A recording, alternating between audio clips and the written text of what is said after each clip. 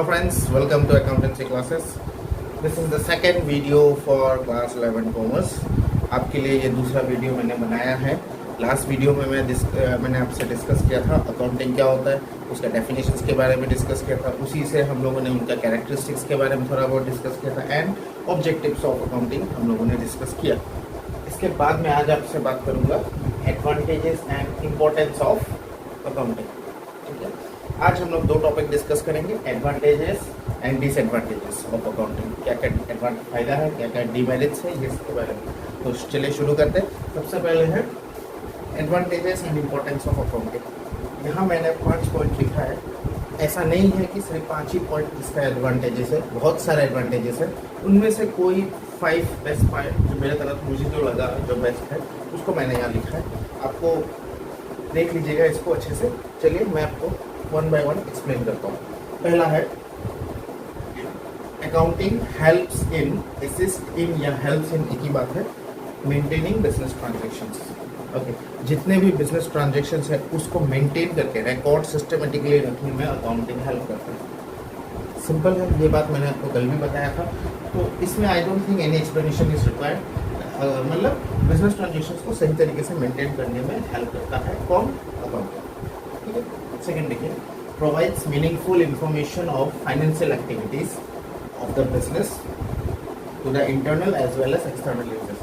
Financial activities क्या होता है, जो मनी से रिलेटेड वाले एक्टिविटीज, यानी कि जितना भी बिजनेस में परचेज हुआ, सेल हुआ, जो भी एक्सपेंसेस हुआ, जो भी इनकम हुआ, ये सब चीज़ के बारे में इंफॉर्मेशन प्रोवाइड करता है. किसको, यूजर्स को. मतलब कौन यूजर्स, जिसको ये इंफॉर्मेशन चाहिए, internal as well as external. Internal मतलब तो जो बिजनेस के इंटरनल यूजर्स है, यानी कि ओनर हो गए, जो खुद दुकान का खुद अपने बिजनेस में जिसको ये इन्फॉर्मेशन चाहिए. फॉर एग्जांपल मैनेजर्स को चाहिए कोई डिसीजन लेने के लिए, ओनर्स को चाहिए, ये सारे इंटरनल यूजर्स. एक्सटर्नल यूजर्स कौन होगा, सप्लायर, क्रेडिटर. मतलब क्रेडिटर वो आदमी है जिससे हम लोगों ने कोई सामान उधार लिया. देखिए, आप अगर किसी से सामान उधार में लेंगे, आप अपना रॉ मटेरियल्स गुड्स जो आप किसी से खरीदेंगे क्रेडिट में, वो आपको क्यों देगा, वो आपका फाइनेंशियल पोजीशन देख के ही देगा. तो उसको ये इन्फॉर्मेशन की ज़रूरत पड़ती है कि आपका बिजनेस का परफॉर्मेंस कैसा है. तो ऐसे ही बैंक अगर आपको लोन देने से पहले आपको ज़रूर आपका बैंक फाइनेंशियल पोजीशन जानना चाहेगा. तो वो सब बैंक, क्रेडिटर्स, ये सब एक्सटर्नल यूजर्स हैं. एक्सटर्नल यूजर्स और इंटरनल यूजर्स दोनों को इन्फॉर्मेशन प्रोवाइड करता है. ठीक. Next, provides information about profit generated और loss incurred by the business. Profit कमाया या लॉस हुआ, प्रॉफिट, या इसको सिंपल भी लिख सकते हैं, प्रोवाइड इंफॉर्मेशन अबाउट प्रॉफिट और लॉस ऑफ द बिजनेस. कितना प्रॉफिट जनरेट हुआ या लॉस कितना इनकर्ड हुआ बताता है. ये तो आपको कल में बताया था. फिर देखिए, helps in comparing current year's profit या sale expenses etcetera with previous years. Okay, देखिए आपका हर अकाउंटिंग क्या होता है, अकाउंटिंग नॉर्मली जितने भी स्टेटमेंट हम लोग बनाते हैं वो 1 ईयर के लिए बनाते हैं. साल भर में कितना प्रॉफिट हुआ, कितना लॉस हुआ, इसको कैलकुलेट करते हैं. ये कैसे करते हैं, ये धीरे धीरे हम लोग करेंगे आगे जब न्यूमेरिकल्स आएगा. फिलहाल ये आपको बता दूं, जितने भी हम लोग प्रॉफिट निकालते हैं वो साल भर का निकालते हैं, सेल्स, एक्सपेंसेस. तो हर साल का देखिए प्रॉफिट, जैसे मान लीजिए 2019 में कितना प्रॉफिट हुआ था, सपोज 80,000 प्रॉफिट हुआ. इस बार कितना हो रहा है, 90,000 हो रहा है. दैट मीन्स हम लोग कंपेयर कर पा रहे हैं ना, लास्ट ईयर से इस बार बढ़ा है, अच्छी बात है. अब उससे पहले साल कितना था, मान लीजिए ज़्यादा था, कम था. तो ये चीज़ को कंपेयर करने में मदद करता है अकाउंटिंग, क्योंकि हमारे पास सब हर साल का, जब से बिजनेस शुरू हुआ है, हर साल का अकाउंटिंग अगर हम मेंटेन कर रहे हैं तो वो कंपेयर करने में हेल्प करता है. ठीक है. फिर देखिए, helps in realisation of debts. Okay, important point है. डेब्ट्स क्या होता है, डेब्ट्स मीन्स उधार. आपका अगर एक शॉप है, मान लीजिए आपका कोई भी एक दुकान है, सपोज ग्रोसरी शॉप है. ग्रोसरी शॉप में अक्सर क्या होता है, हमें कस्टमर्स को क्रेडिट में गुड्स बेचना पड़ता है. सामान हम लोग क्रेडिट में बेचते हैं. तो क्रेडिट में जब हम लोग कुछ सामान किसी को बेचेंगे तो उससे कितना सामान वो ले गया, मान लीजिए आज ले गया, कल ले गया, परसों ले गया, रोज़ ले गया, अगर आप सिस्टमेटिक हिसाब रखेंगे तो उससे पैसा निकालने में हेल्प करता है अकाउंटिंग. तो अगर आप अकाउंटिंग मेंटेन कर रहे हैं तो क्या होगा, उससे कितना मिलना है, राम से कितना मिलना है, श्याम से कितना मिलना है, किससे कितना मिलना है, ये सारा हिसाब रहेगा आपके पास. तो पैसा रियलाइज करने, पैसा निकालने में आसानी रहता है. Helps in realisation of debts. Debts means उधार, कस्टमर से जो पैसा मिलता है। ठीक, next, helpful to management to check the weakness of the business if any and to take corrective measures.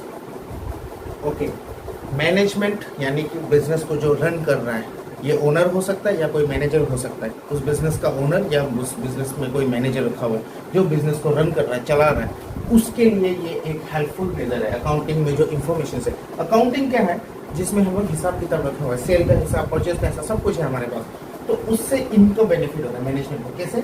Check the weakness of the business, कुछ कमी तो नहीं है बिजनेस में, कोई वीकनेस तो नहीं है, लास्ट ईयर का सेल से इस बार का सेल में घट रहा है तो क्यों घट रहा है, अगर ऐसा कुछ हुआ तो उसके लिए क्या नेसेसरी स्टेप्स लेना पड़ेगा, वो चीज़ को करने में मैनेजमेंट को हेल्प होता है अकाउंटिंग से। ठीक है, ये एक्सप्लेन समझ गया आप। अभी मैं नेक्स्ट बताता हूँ आपको डिसएडवांटेजेस ऑफ अकाउंटिंग।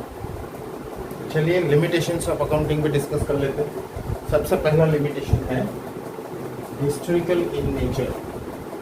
हिस्टोरिकल मतलब पुराना इमेज। देखिए, अकाउंटिंग का ये बहुत बड़ा डिसएडवांटेज है कि एक एसेट यानी कि प्रॉपर्टी, जो भी बिजनेस में प्रॉपर्टी होता है वो सब एसेट्स है।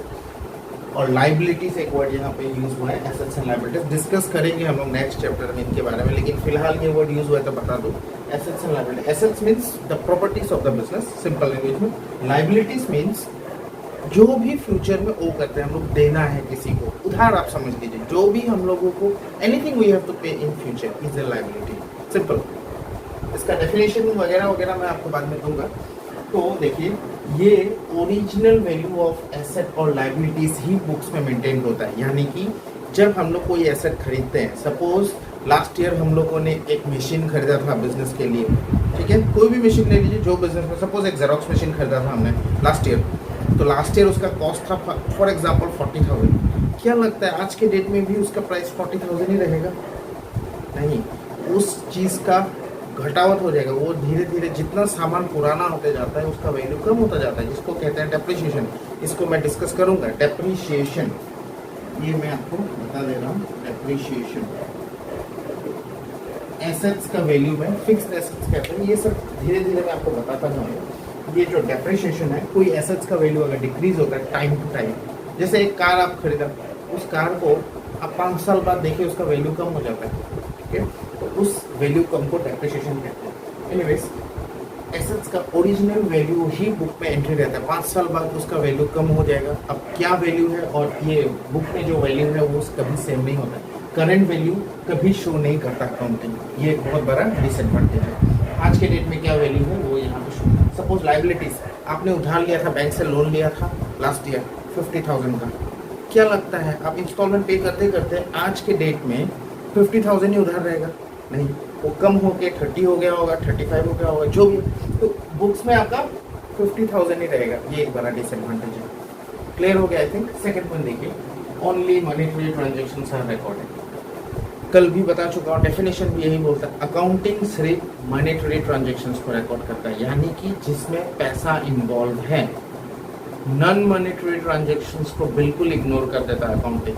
नॉन मॉनेटरी ट्रांजैक्शंस भी बिजनेस में बहुत महत्वपूर्ण होता है, इम्पोर्टेंट होता है। यानी कि देखिए, for example non monetary transactions होता क्या है, जिसमें पैसा इन्वॉल्व नहीं है लेकिन बिजनेस को वो बहुत हद तक लॉस या प्रॉफिट में इन्वॉल्व रहता है। फॉर एग्जांपल देखिए, मैं यहाँ पे लिखा हूँ कुछ, non monetary transactions are not recorded no matter, matter should be actually no matter how important they are, no matter how important they are. Example, management reputation. देखिए, बिजनेस का, मैनेजमेंट का रेपुटेशन अच्छा होना जरूरी है। अच्छा नहीं होगा, रेपुटेशन खराब होगा तो आपका बिजनेस चलेगा ही नहीं। बहुत इंपॉर्टेंट पॉइंट है। लेबर अनरेस्ट, आपका वर्कर्स कंटिन्यूसली काम कर रहे हैं, रेस्ट ही नहीं मिल रहा है, तो क्या उम्मीद करते हैं उनसे कि वो अच्छा काम करेगा? बिल्कुल नहीं करेंगे। स्ट्राइक्स, आपके बिजनेस में स्ट्राइक हो रहा है, आपका एम्प्लॉयज, आपका लेबर्स स्ट्राइक करके बैठे हुए हैं, काम नहीं कर रहे हैं, तो क्या होगा? उससे आपका बिजनेस में जरूर लॉस होगा।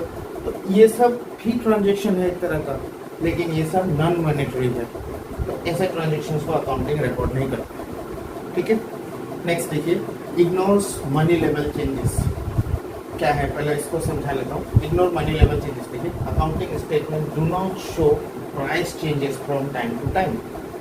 जैसा कि इस पॉइंट से ये थोड़ा बहुत मैच करता है। देखिए अकाउंटिंग जो है time to time price change होता रहता है हर चीज़ का। आज ये वैल्यू था, कल वो वैल्यू है। अब कोई भी एसेट्स या लायबिलिटीज ले लीजिए, उसका वैल्यू चेंज होता रहेगा। तो अकाउंटिंग उस चीज़ को रिकॉर्ड करता ही नहीं है। उसके पास जो वैल्यू फर्स्ट डे में आप एंट्री किए वही रह जाता है, वो चेंज नहीं होता। डिसएडवांटेज ये है। फिर देखिए influence by personal judgements. Accounting में एंट्रीज करने के लिए, कोई भी ट्रांजेक्शन्स को रिकॉर्ड करने के लिए कुछ रूल्स एंड कन्वेंशंस होता है, कुछ रूल्स रेगुलेशंस होता है। उस रूल्स एंड रेगुलेशंस को मेंटेन करके चलना ही सही तरीका है।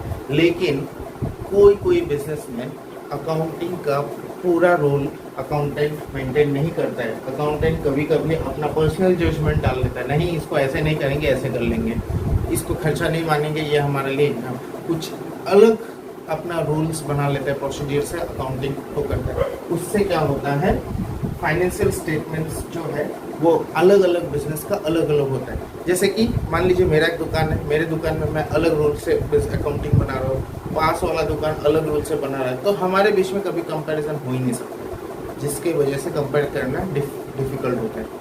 सेम टाइप का बिजनेस, अगर अकाउंटिंग रिकॉर्ड सेम तरीके से रखेंगे, प्रोसेस सेम रहेगा तो कंपेयर कर सकते हैं, सेम नहीं रहेगा तो कंपेयर कैसे करेंगे, ये एक प्रॉब्लम है। फिर इंफॉर्मेशन बेस्ड ऑन एस्टिमेट्स।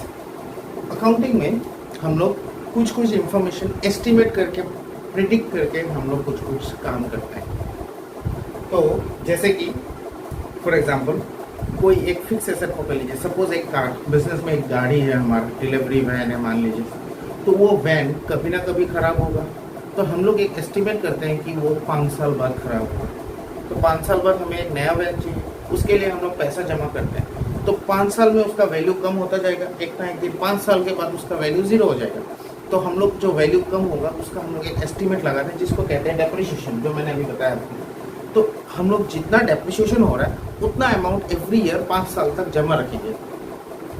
ठीक है, क्यों जमा करेंगे? ताकि 5 साल बाद एक नया मशीन खरीदने के लिए ये पैसा यूज हो। ओके, अब सुनिए, क्या लगता है क्या हम कार 5 साल ही चलेगा? उससे ज़्यादा भी चल सकता है, उससे कम भी चल सकता है, डिपेंड करता है। किसी किसी का गाड़ी तो 20 साल तक चलता है, किसी किसी का 2 साल में खराब हो जाता है। तो ये एस्टिमेट है कि हमारा गाड़ी 5 साल चलेगी, तो एक्यूरेट तो नहीं है, इनएक्यूरेट है। तो ऐसा डिसीजन लेने से sometimes accounting information are based on estimate and estimates are often inaccurate, accurate नहीं होता। तो अगर एक्यूरेट नहीं होगा तो आप जैसे 5 साल बाद हो कि आपकी गाड़ी 2 साल में खराब हो गई, तो क्या होगा? आपका पास पैसा शॉर्ट हो जाएगा, नया गाड़ी खरीदने 2 साल बाद। तो ये सब कुछ कुछ डिसएडवांटेजेस हैं, इसको अच्छे से नोट कर लीजिएगा अपनी नोटबुक में, और आई होप आप इसको समझ गए होंगे। आज का वीडियो मैं यहीं पर समाप्त करता हूँ। नेक्स्ट वीडियो में मैं आपको इसका नेक्स्ट टॉपिक बताऊँगा। वीडियो में बने रहने के लिए शुक्रिया, थैंक यू।